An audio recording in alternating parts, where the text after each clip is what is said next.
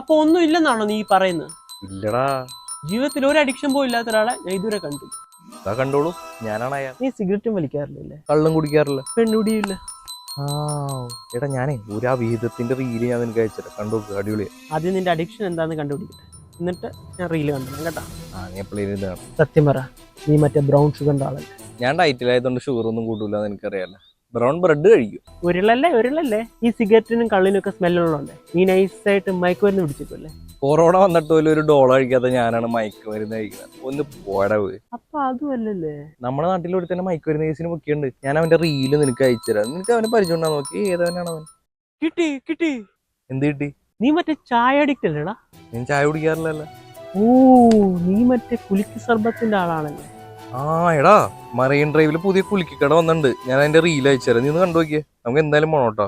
നോക്കാം. കുറെ നേരം തോന്നുന്നു.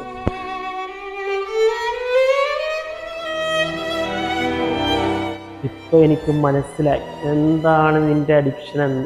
24 hours ഓരോ റീല് കണ്ടിട്ട് അത് നാട്ടുകാർക്ക് എനിക്കെല്ലാം ഷെയർ ചെയ്യുക.